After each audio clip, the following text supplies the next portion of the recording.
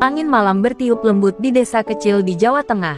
Sulastri duduk di sudut rumahnya yang hampir roboh, menatap lembaran kertas tebal berisi utang keluarganya. Matanya berkaca-kaca, tapi ia tak bisa menangis lagi. Ayahnya terbaring sakit, sementara adik-adiknya masih kecil dan terlalu polos untuk memahami beratnya kehidupan. Dengan napas berat, Sulastri meremas lembaran itu dan berkata lirih, "Aku harus pergi." Keputusan itu tidak datang dengan mudah.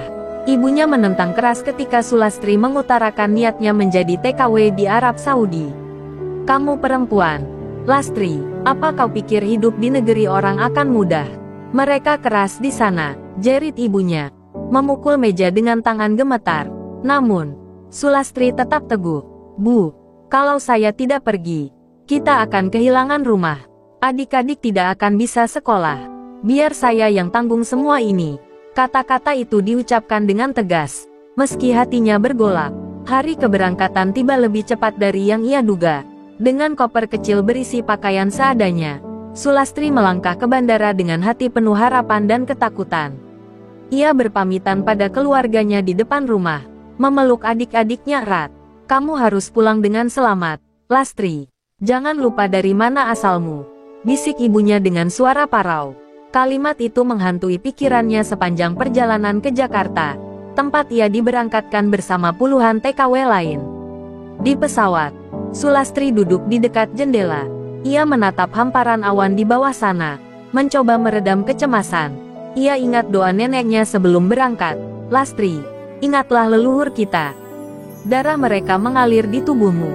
Jangan takut, kau dilindungi." Saat itu, ia hanya menganggapnya sebagai kata-kata penghibur. Namun kini, di tengah perjalanan menuju negeri asing, doa itu terasa seperti selimut hangat yang melindunginya dari rasa dingin dan sepi. Setibanya di Arab Saudi, Sulastri langsung diantar ke rumah majikannya di pinggiran kota Riyadh. Rumah besar berlapis marmer itu tampak megah, tapi dingin dan menakutkan. Seorang wanita tua berjubah hitam, yang kemudian ia kenal sebagai Noura, majikan perempuannya, menyambut dengan tatapan tajam. "Ini kamarmu," ucap Noura, menunjuk ruang sempit di dekat dapur. Tanpa kata-kata tambahan, Noura meninggalkannya sendiri di kamar itu. Malam pertama Sulastri di rumah itu penuh kegelisahan. Bau rempah dan dupa dari dapur bercampur dengan udara dingin yang menusuk tulang. Ia memandangi langit-langit kamar, mencoba menghapus bayangan wajah keluarganya yang terus muncul di pikirannya. Di sela-sela keheningan, ia mendengar langkah kaki berat di luar pintu. Sesuatu terasa aneh, tapi ia tidak tahu apa. Hari-hari berikutnya diisi dengan kerja keras yang tiada henti. Sulastri harus membersihkan rumah besar itu, memasak, mencuci pakaian, dan melayani keluarga majikannya yang terdiri dari Noura, suaminya Ali, dan anak perempuan mereka, Salma. Ali hampir tak pernah bicara dengannya. Tapi setiap kali mereka bertemu, tatapan matanya penuh dengan ketidaksenangan, seolah-olah keberadaan Sulastri adalah beban. Di tengah kerasnya hidup di negeri pasir, Sulastri mulai merasakan sesuatu yang ganjil. Tubuhnya sering terasa panas ketika ia berdoa atau mengingat pesan neneknya. Setiap kali ia merasa kelelahan atau terluka, tubuhnya pulih lebih cepat dari yang ia duga. Ia tidak tahu bahwa ini hanyalah awal dari perjalanan yang akan mengguncang kehidupan banyak orang. Malam itu, Sulastri duduk di sudut kamar kecilnya, memandangi jendela yang hanya selebar telapak tangan. Udara dingin gurun menusuk tulang, dan ia membalut tubuhnya dengan selimut tipis yang sudah lusuh. Tubuhnya terasa lelah setelah seharian bekerja, tapi pikirannya lebih lelah lagi. Setiap sudut rumah itu membuatnya merasa terkurung, seperti seekor burung dalam sangkar emas yang dingin dan sunyi. Saat mata perlahan terpejam, ia terjerumus ke dalam mimpi yang aneh, mimpi yang terlalu nyata untuk diabaikan. Dalam mimpinya, ia berdiri di tengah hutan gelap dengan kabut yang tebal. Di hadapannya, seorang wanita tua berwajah teduh menatapnya dengan mata tajam. Wanita itu adalah mendiang neneknya. "Lastri, waktunya telah tiba. Kau membawa warisan leluhur yang tidak semua orang bisa miliki," katanya dengan suara yang menggema di sekitarnya. Sulastri mengernyitkan dahi, tidak mengerti apa yang dimaksud. Tapi sebelum ia sempat bertanya, Neneknya mengulurkan tangan, menunjukkan daun lontar kuno yang penuh dengan aksara Jawa kuno. Ajian ini akan melindungimu, tapi ingat, kekuatan ini bukan untuk main-main. Hanya mereka yang berbudi luhur yang bisa memikulnya. Ketika Sulastri hendak menyentuh daun lontar itu, ia mendengar suara berisik dari kejauhan. Tanah di bawahnya mulai retak, dan hutan gelap itu berubah menjadi padang pasir yang menyala-nyala. Neneknya perlahan menghilang, digantikan oleh sosok-sosok bayangan yang bergerak mendekat. Suara tawa menyeramkan memenuhi udara. Ia berusaha lari, tapi kakinya terasa berat seperti terikat rantai. Tiba-tiba, salah satu bayangan itu menyentuh lengannya, membuatnya terbangun dengan napas tersengal. Sulastri terjaga dengan tubuh berkeringat, meskipun malam itu dingin. Ia meraba lehernya yang basah oleh keringat dan mencoba memahami mimpi yang baru saja dialaminya. Ingatan tentang neneknya begitu nyata, seolah-olah neneknya benar-benar hadir di kamar itu. Apa maksudnya? Warisan leluhur apa? Gumamnya sambil memandang langit-langit, tapi ia tidak punya banyak waktu untuk memikirkan itu, karena terdengar suara ketukan keras di pintu. "Bangun, waktunya bekerja," teriak Noura dari balik pintu. Sulastri menghela napas panjang, menyembunyikan rasa gelisahnya. Hari itu berjalan seperti biasa. Mencuci pakaian, menyapu lantai marmer yang dingin, dan melayani keluarga majikan yang hampir tidak pernah mengucapkan terima kasih. Namun, di tengah rutinitasnya, ia merasa ada sesuatu yang berubah dalam dirinya. Rasa lelah yang biasanya menghantui tubuhnya seperti menghilang lebih cepat dari biasanya. Ketika sore menjelang, ia mencoba berbicara dengan salah satu TKW lain, seorang wanita bernama Tari yang bekerja di rumah sebelah. "Kau pernah merasa ada sesuatu yang aneh di sini? Maksudku, seperti mimpi atau firasat yang aneh?" tanya Sulastri dengan suara pelan. Tari hanya menggelengkan kepala dan tersenyum masam. "Jangan banyak berpikir, Lastri. Di sini, kita hanya perlu bekerja dan bertahan hidup. Jangan terlalu pusing dengan hal-hal aneh." Jawaban itu justru membuat Sulastri semakin gelisah. Malam berikutnya, mimpi itu datang lagi. Kali ini, ia tidak hanya melihat neneknya, tapi juga sosok-sosok lain yang asing, berpakaian seperti prajurit Jawa kuno. Mereka berbaris di depannya, memegang senjata tradisional. Salah satu dari mereka berbicara, "Kau adalah penjaga terakhir ilmu ini. Jangan biarkan dirimu kalah oleh ketakutan." Sebelum Sulastri sempat bertanya, mimpi itu kembali memudar, meninggalkan rasa takut dan penasaran yang mendalam. Hari-hari berikutnya menjadi lebih berat bagi Sulastri. Mimpi-mimpi itu terus datang, menyiratkan pesan-pesan yang samar namun terasa penting. Di tengah hiruk-pikuk pekerjaannya, ia mulai menyadari bahwa tubuhnya tidak pernah merasa sakit atau terluka, meskipun ia sering tergores pisau atau terkena benda tajam lainnya. Hal ini membuatnya semakin bingung dan takut, tapi juga merasa ada sesuatu yang harus ia ketahui. Dan ia sadar, kehidupannya di negeri orang ini tidak akan pernah sama lagi. *** Bab 3, Amarah Sang Majikan ***.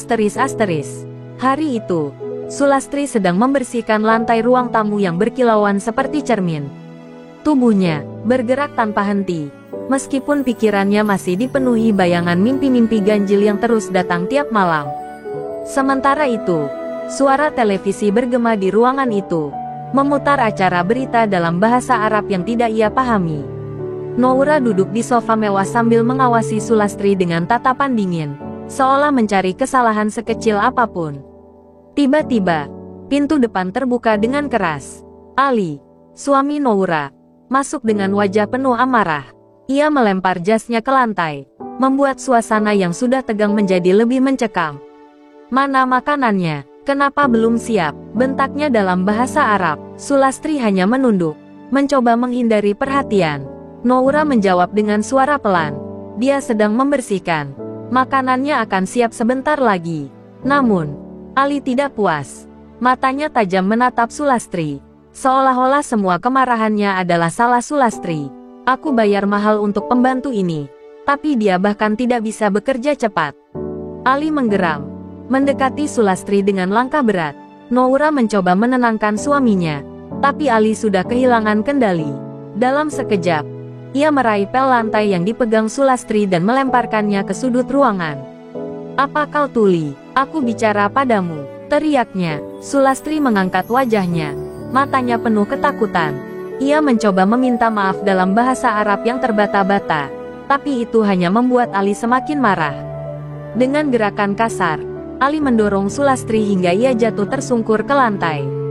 Rasa sakit menjalar di tubuhnya, tapi ia tidak sempat merasakan semuanya karena Ali segera meraih tangan Sulastri, mengangkatnya dengan paksa.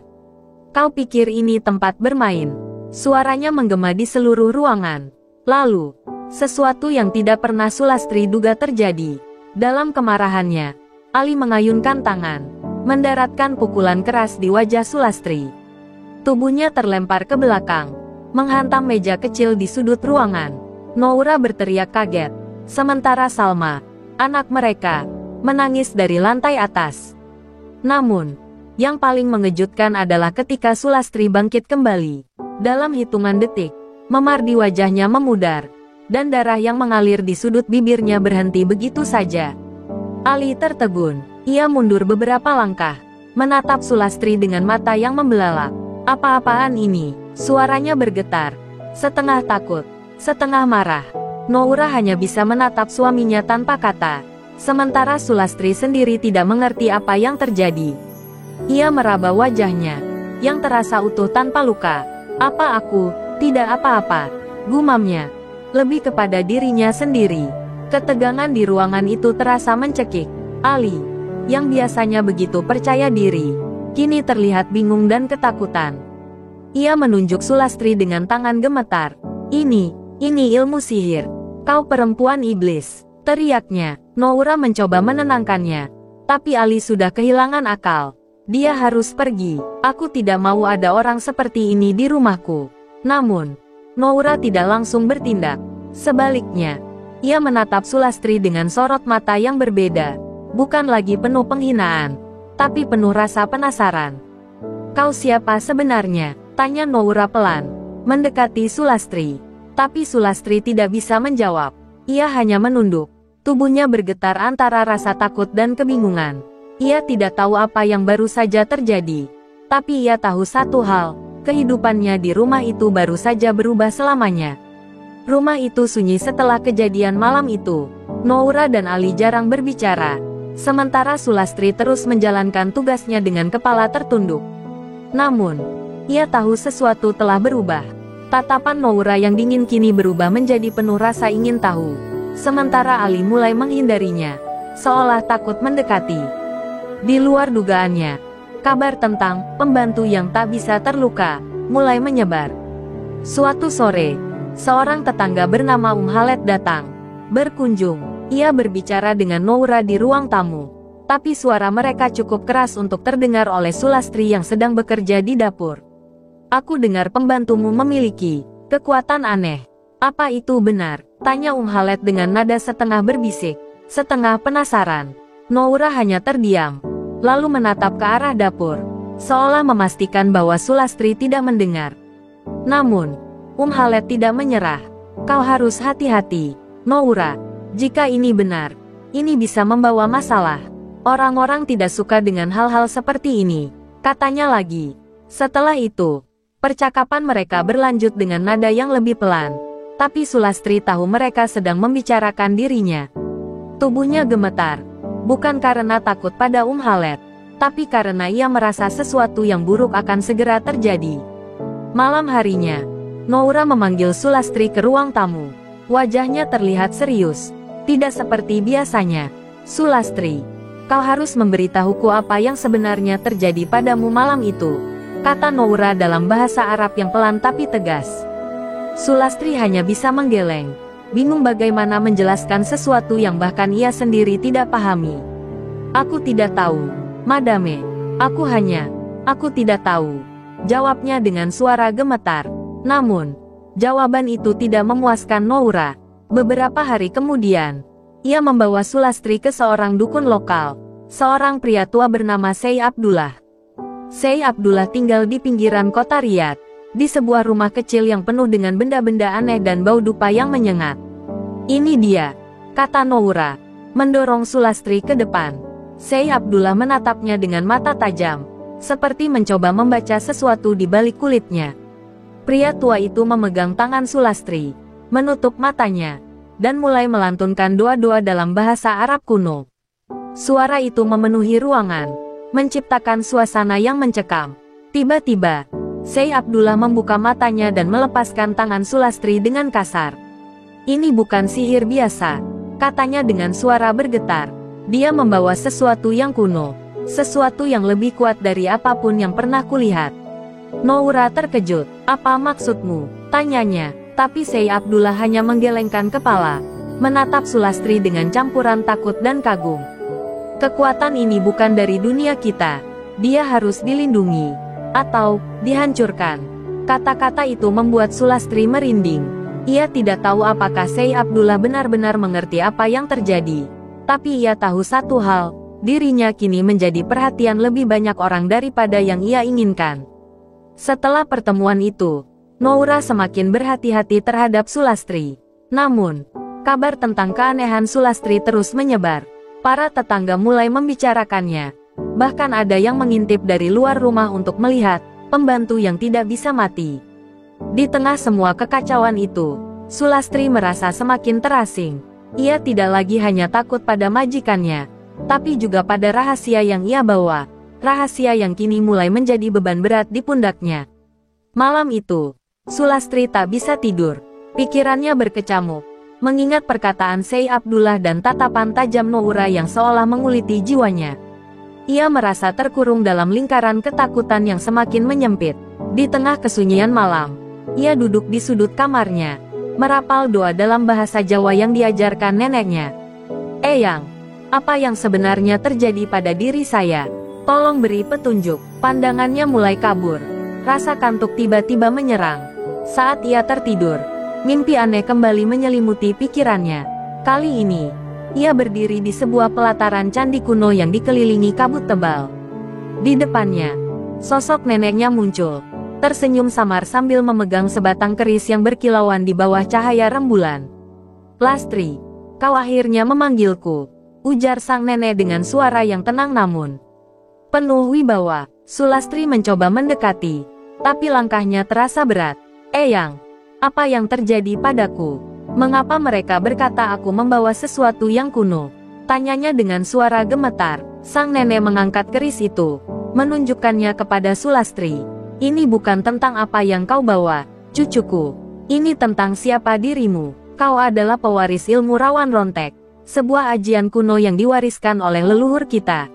Ilmu ini adalah perlindungan, tapi juga kutukan jika kau tidak memahaminya." Rawan Rontek. Sulastri mengulang kata itu dengan bingung. Sang nenek mengangguk. "Ajian ini membuatmu tak bisa mati, tak bisa dilukai, selama darahmu masih setia pada kebenaran. Tapi ingat, Lastri, ilmu ini bukan untuk gagah-gagahan. Ini adalah tanggung jawab besar yang harus kau jaga. Jika kau menyimpang, ilmu ini akan menghancurkanmu." Suara sang nenek mulai memudar, dan kabut di sekitar mereka perlahan menghilang. Sebelum Sulastri bisa bertanya lebih jauh, ia terbangun dengan napas tersengal. Ia terbangun dalam kegelapan kamarnya, tubuhnya basah oleh keringat. Kata-kata neneknya terus terngiang di telinganya. "Rawan Rontek, tanggung jawab besar." Sulastri memegang dada, merasa jantungnya berdegup kencang. Ia kini mulai memahami bahwa kejadian-kejadian aneh yang menimpanya bukanlah kebetulan. Namun, pemahaman itu datang bersama rasa takut yang lebih besar. Keesokan harinya, saat bekerja di dapur, Salma, anak perempuan Noura, tiba-tiba muncul dan menatapnya dengan rasa ingin tahu. "Apa kau benar-benar tidak bisa terluka?" tanya Salma dalam bahasa Inggris yang patah-patah. Sulastri hanya tersenyum kecil, berusaha mengalihkan pembicaraan. Namun, Salma terus mendesak. "Ibu bilang kau punya kekuatan. Bisakah kau menunjukkan padaku?" Sulastri terkejut. Ia tak tahu harus menjawab apa. Namun sebelum ia sempat mengatakan sesuatu, Noura muncul dari belakang. "Salma, jangan ganggu dia. Pergi ke kamarmu sekarang," ujar Noura dengan nada tegas. Salma menurut, tapi tatapan Noura kepada Sulastri berbeda dari biasanya. Ada rasa takut bercampur rasa penasaran yang mendalam. Setelah Salma pergi, Noura mendekat dan berkata dengan nada rendah, "Aku tidak tahu apa yang kau bawa, tapi aku ingin kau berhati-hati." Orang-orang di luar sana mulai berbicara. Mereka takut, dan ketakutan bisa membuat orang melakukan hal-hal yang tak terduga. Kata-kata itu membuat Sulastri semakin waspada. Ia sadar, rahasianya kini tidak lagi menjadi miliknya sendiri. Di balik pintu rumah itu, dunia mulai mengintip dan bersiap menghancurkan apa yang tidak bisa mereka pahami. Kabar tentang pembantu tak bisa mati terus menyebar, seperti angin yang tak bisa dihentikan. Para tetangga mulai berkerumun di luar rumah Noura, mencoba mengintip atau sekadar bertanya-tanya. Noura dan Ali mulai merasa tertekan. Ali, yang sebelumnya berang dan takut, kini malah ingin menyingkirkan Sulastri secepat mungkin. Dia membawa sial, kita harus mengusirnya sebelum sesuatu yang lebih buruk terjadi, katanya dengan nada penuh kemarahan. Namun, Noura berpikir lebih pragmatis. Jika kita mengusirnya begitu saja, mereka akan bertanya-tanya. Kau tahu orang-orang di sini senang membesar-besarkan cerita. Kita harus menemukan cara yang lebih baik. Meski Noura tidak lagi bersikap kasar, Sulastri bisa merasakan bahwa ia tidak sepenuhnya aman di rumah itu. Ia merasa seperti binatang yang sedang diburu, hanya menunggu waktu sampai perangkap menutup rapat. Sulastri memutuskan untuk mencari jalan keluar. Malam itu, ia duduk di bawah remang-remang lampu kamarnya, memegang kalung kecil yang diberikan neneknya bertahun-tahun lalu. Kalung itu memiliki liontin berbentuk daun, yang selama ini hanya dianggapnya sebagai perhiasan biasa. Tapi kini, ia merasa liontin itu memancarkan hawa hangat. "Eyang, aku tidak tahu harus bagaimana. Tolong beri aku petunjuk," bisiknya, berharap mendapatkan jawaban. Malam itu, ia kembali bermimpi. Kali ini, ia berada di sebuah puncak bukit, dikelilingi oleh langit merah darah. Sosok neneknya muncul lagi, tetapi kali ini dengan wajah yang lebih serius. "Lastri, waktumu semakin singkat. Ilmu rawan rontek melindungimu, tapi dunia tidak akan menerimanya begitu saja. Akan ada ujian besar yang menantimu. Kau harus memilih, bertahan dengan kebenaran, atau menyerah pada ketakutan." Sulastri terbangun dengan rasa takut yang membekukan. Ia menyadari bahwa mimpi itu bukan sekadar bayangan acak. Itu adalah peringatan. Ia harus siap menghadapi sesuatu yang lebih besar dari sekadar tatapan sinis atau bisik-bisik orang. Tapi bagaimana caranya? Ia hanya seorang perempuan desa yang tidak mengerti apa-apa tentang dunia yang penuh intrik ini. Ketegangan memuncak ketika suatu pagi, seorang lelaki berjubah hitam datang ke rumah Noura. Ia mengaku sebagai ustaz terkenal di wilayah itu, dipanggil oleh Ali untuk membersihkan rumah dari segala bentuk sihir. Sulastri yang sedang mencuci pakaian di dapur, mendengar setiap kata yang diucapkan pria itu. Perempuan itu membawa energi gelap. "Ini bukan manusia biasa, kita harus bertindak sebelum terlambat," katanya dengan nada tegas. Ali terlihat puas, sementara Noura ragu. "Apakah kau yakin dia tidak pernah berbuat jahat? Bagaimana jika kita salah menilai?" tanyanya. Namun, ustaz itu tidak peduli. Tanda-tandanya sudah jelas. Kita harus mengusirnya, atau bahkan lebih baik, menghancurkannya sebelum energi itu membawa petaka. Mendengar itu, Sulastri merasa tubuhnya lemas. Ia tidak pernah berniat menyakiti siapapun, tetapi kini dirinya dianggap sebagai ancaman. Saat malam tiba, Noura memanggil Sulastri ke ruang tamu. Wajahnya terlihat lelah dan penuh kebimbangan. "Sulastri, aku tidak tahu apakah kau benar-benar membawa sesuatu yang jahat, tapi mereka tidak akan berhenti sampai kau pergi. Aku akan memberimu waktu sampai akhir pekan. Setelah itu, kau harus meninggalkan rumah ini." Kata-kata itu menusuk hati Sulastri. Ia tidak punya pilihan lain, tetapi pergi tidak akan semudah itu. Dunia luar penuh dengan ancaman yang lebih besar, dan ia tidak tahu kemana harus pergi. Namun, satu hal pasti, ia harus bertahan. Tidak peduli apa yang akan terjadi. Malam itu, Sulastri merasa dinding rumah majikannya semakin menekan, seperti sangkar yang siap menghancurkannya. Suara doa yang dilantunkan oleh ustaz berjubah hitam masih terdengar menggema di ruang tamu, seolah membakar udara dengan intensitas yang tak terlihat. Sulastri duduk di kamarnya, memeluk lutut, merasa semakin terasing. Tatapan Noura yang sebelumnya penuh kebimbangan kini tak lagi terlihat. Yang ada hanyalah dinginnya jarak. Dan Sulastri tahu, ia tidak bisa lagi berharap perlindungan dari perempuan itu. Ali, yang selama ini hanya berbicara dalam nada amarah, malam itu bertindak lebih jauh. Bersama ustaz itu, ia mulai menyiapkan ritual yang konon akan mengusir roh gelap dari rumah mereka. Di halaman belakang, lilin-lilin dinyalakan, dan asap dupa mengepul. Ali membawa barang-barang pribadi Sulastri, tanpa izinnya, termasuk kalung liontin daun yang ia bawa dari kampung halamannya. Ketika Sulastri menyadari itu, ia merasa seperti sepotong jiwanya direnggut paksa. Sulastri mencoba memprotes, tapi Ali tak peduli. Ini untuk kebaikan kita semua, katanya dingin. Kau membawa kutukan ke rumah ini, dan kami tak bisa lagi membiarkanmu tinggal. Sulastri hanya bisa menahan air matanya, merasa sakit bukan hanya karena perlakuan mereka, tapi juga karena kehilangan sesuatu yang begitu berarti baginya. Kalung itu adalah satu-satunya kenangan dari neneknya, yang kini direnggut tanpa ampun. Malam semakin larut, dan suara doa-doa yang dilantunkan ustaz semakin keras. Orang-orang mulai berkumpul di sekitar rumah, membawa obor dan melantunkan takbir. Mereka percaya, Sulastri adalah pembawa kesialan, seorang perempuan dengan kekuatan gelap yang harus disingkirkan. Ketakutan mereka berubah menjadi amarah, dan amarah itu kini diarahkan sepenuhnya pada Sulastri. Di tengah kerumunan itu, Noura berdiri dengan wajah yang sulit dibaca. Salma, anak perempuannya, memegang erat tangan ibunya, terlihat ketakutan. "Ibu, mereka akan menyakitinya," bisik Salma. Tapi Noura hanya diam, membiarkan suaminya dan ustaz itu memimpin ritual yang semakin mencekam. "Biarkan mereka melakukannya, ini demi keselamatan kita," jawabnya pelan, tapi suaranya terdengar goyah.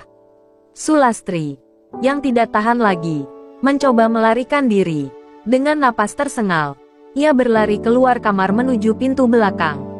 Namun, beberapa pria dari kerumunan segera menangkapnya. Mereka menyeretnya ke halaman, memaksa Sulastri berlutut di depan ustaz. "Kau harus mengakui apa yang kau bawa. Kau harus menyerah," bentak ustaz itu. Tapi Sulastri hanya menatap mereka dengan air mata mengalir, tidak tahu apa yang bisa ia katakan. Dalam sekejap, ustaz itu mengangkat keris ritual yang berkilauan di bawah cahaya obor. "Jika ini satu-satunya cara untuk membebaskan rumah ini, maka biarkan darahnya menjadi saksi," teriaknya. Orang-orang bersorak, mengira ini adalah akhir dari perempuan yang mereka anggap sebagai pembawa petaka. Tapi ketika keris itu dihunjamkan ke tubuh Sulastri, sesuatu yang luar biasa terjadi. Alih-alih terluka, tubuh Sulastri memancarkan kilauan cahaya merah. Keris itu terpental, dan semua yang ada di sekitarnya mundur dengan terkejut. Wajah Sulastri berubah, bukan menjadi sosok menakutkan, tapi menjadi tenang dan penuh wibawa. "Aku tidak membawa kejahatan," katanya dengan suara yang menggema, lebih dalam dari biasanya. "Aku hanya ingin hidup, tapi kalian memilih untuk menghancurkanku." Suasana mencekam itu berubah menjadi kebisuan total, ketika semua orang menyadari bahwa mereka telah membangkitkan kekuatan yang jauh di luar pemahaman mereka. Kerumunan yang semula bersemangat kini terdiam dalam ketakutan.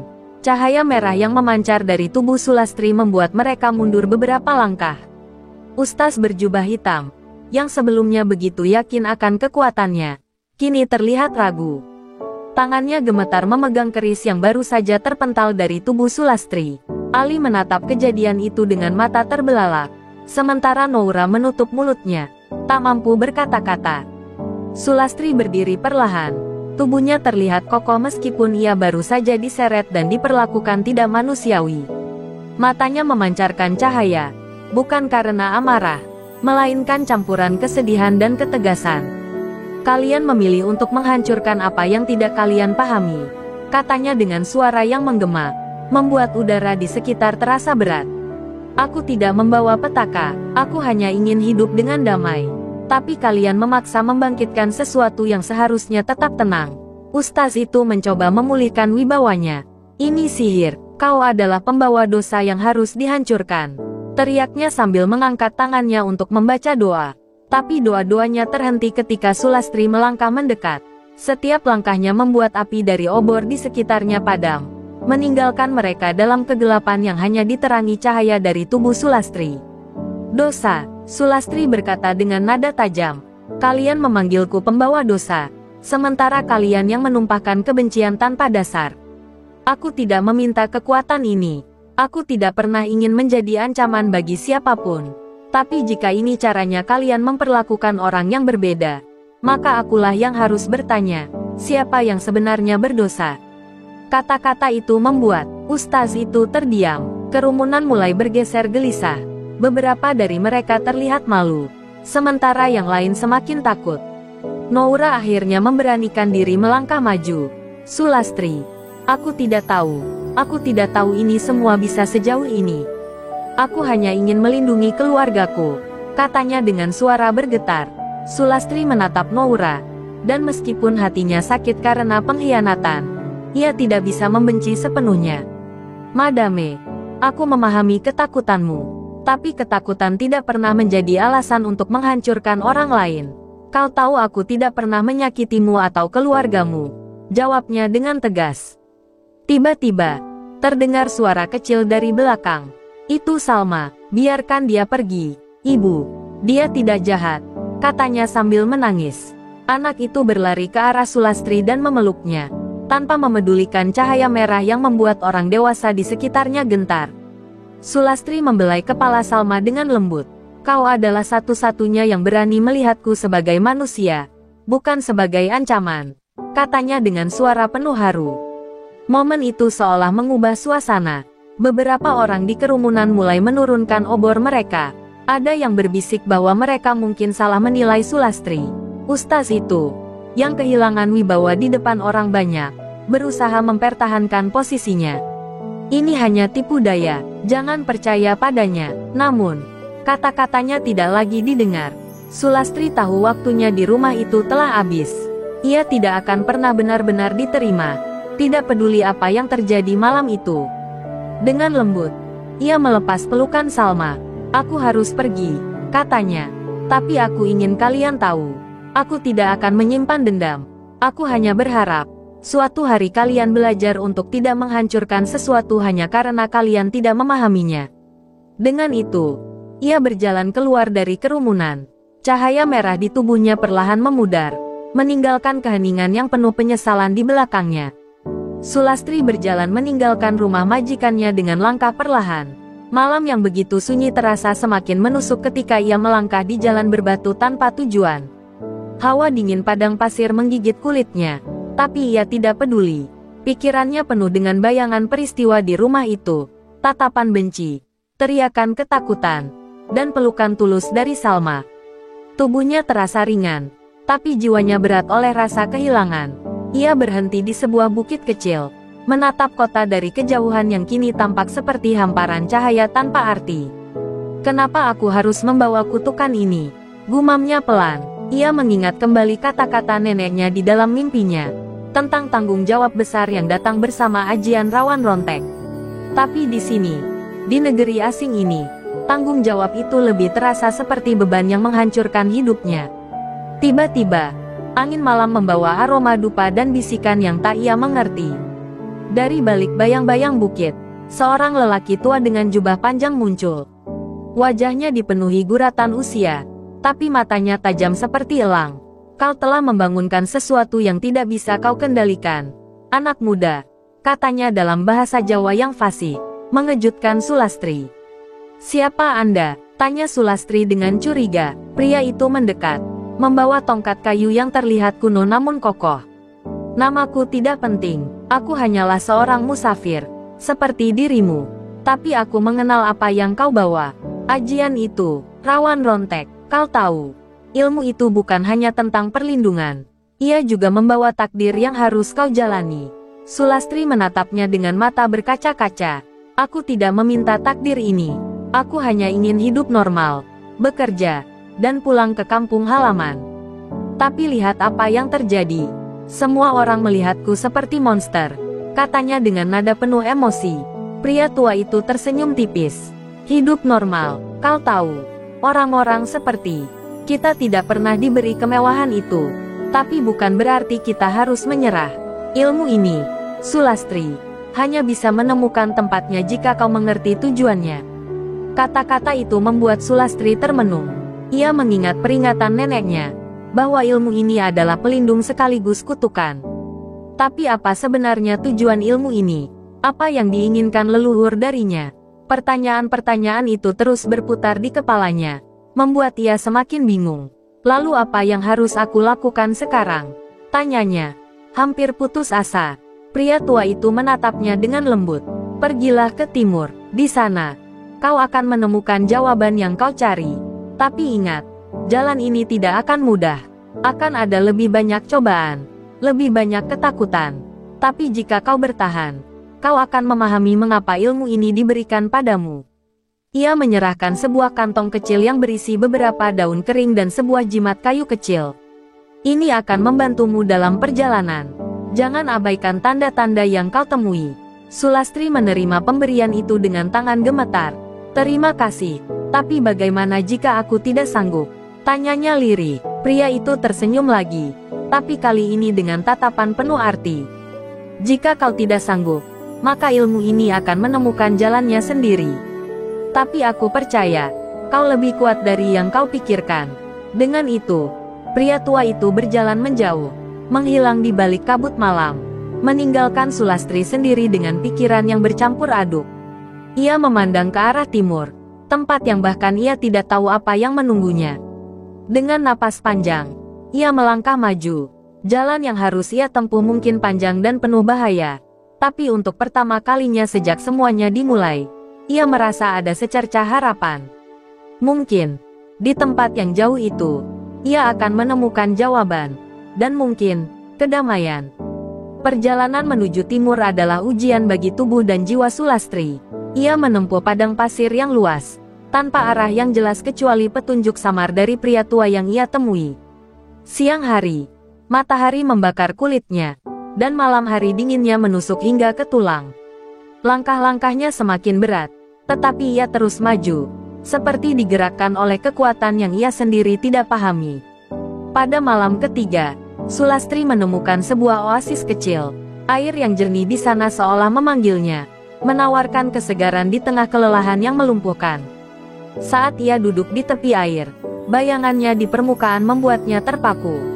Wajahnya terlihat berbeda, lebih kuat, lebih tegas, tetapi juga dipenuhi kesedihan. Apakah ini aku, atau seseorang yang telah diubah oleh ilmu ini? Gumamnya pada dirinya sendiri. Saat itu, suara samar terdengar dari belakangnya. Kau telah sampai sejauh ini, tapi kau masih meragukan dirimu sendiri. Suara itu membuatnya menoleh dengan cepat. Di sana, berdiri seorang perempuan muda dengan pakaian serba putih. Wajahnya teduh namun penuh misteri. Sulastri merasa ada sesuatu yang familiar dari sosok ini, meskipun ia yakin belum pernah bertemu sebelumnya. "Siapa kau?" tanya Sulastri. Suaranya bergetar antara kewaspadaan dan rasa ingin tahu. Perempuan itu tersenyum lembut. "Aku adalah bagian dari dirimu, bagian yang selama ini kau abaikan. Kau tidak bisa melarikan diri dari takdirmu, Sulastri. Ilmu ini adalah warisan leluhurmu, dan kau dipilih bukan karena kebetulan." Mendengar itu, Sulastri merasa dadanya semakin berat. "Aku tidak ingin ini, aku hanya ingin hidup tenang. Kenapa harus aku? Kenapa bukan orang lain?" Perempuan itu mendekat, duduk di sebelah Sulastri. "Karena kau memiliki hati yang cukup kuat untuk menanggung beban ini. Ilmu Rawan Rontek bukan hanya tentang bertahan hidup, ia adalah ujian untuk membuktikan apakah kau layak menggunakan kekuatan ini untuk melindungi, bukan menghancurkan." Kata-kata itu menusuk hati Sulastri. Ia mengingat bagaimana ia diperlakukan oleh orang-orang di sekitarnya. Bagaimana mereka menganggapnya sebagai ancaman hanya karena sesuatu yang tidak ia pilih. "Bagaimana aku bisa melindungi siapapun ketika aku sendiri dianggap monster?" tanyanya. Suaranya hampir pecah. Perempuan itu menatapnya dengan mata yang penuh kasih, dengan menunjukkan kepada dunia bahwa kau bukan apa yang mereka takutkan. Kekuatanmu tidak untuk menghancurkan mereka, tapi untuk menyadarkan mereka akan ketidakadilan yang mereka ciptakan. Sulastri merenungkan kata-kata itu dalam diam. Ia menatap oasis di depannya. Bayangannya kini tampak lebih jelas. Ia tidak lagi melihat seorang perempuan yang lemah dan teraniaya. Ia melihat seorang pejuang yang harus belajar menerima dan mengendalikan takdirnya. Dengan napas panjang, ia berkata, "Aku tidak tahu apakah aku mampu. Tapi jika ini jalan yang harus aku tempuh, aku akan mencobanya." Perempuan itu tersenyum dan perlahan memudar, meninggalkan Sulastri sendirian di bawah langit malam yang dipenuhi bintang. Namun, kali ini, ia tidak merasa sendiri. Ia merasa ada kekuatan yang mengalir di dalam dirinya. Kekuatan yang siap ia gunakan bukan hanya untuk bertahan, tetapi untuk menemukan tujuan dari perjalanan panjang ini. Dengan langkah yang lebih tegap, ia melanjutkan perjalanan ke timur, membawa harapan baru di hatinya.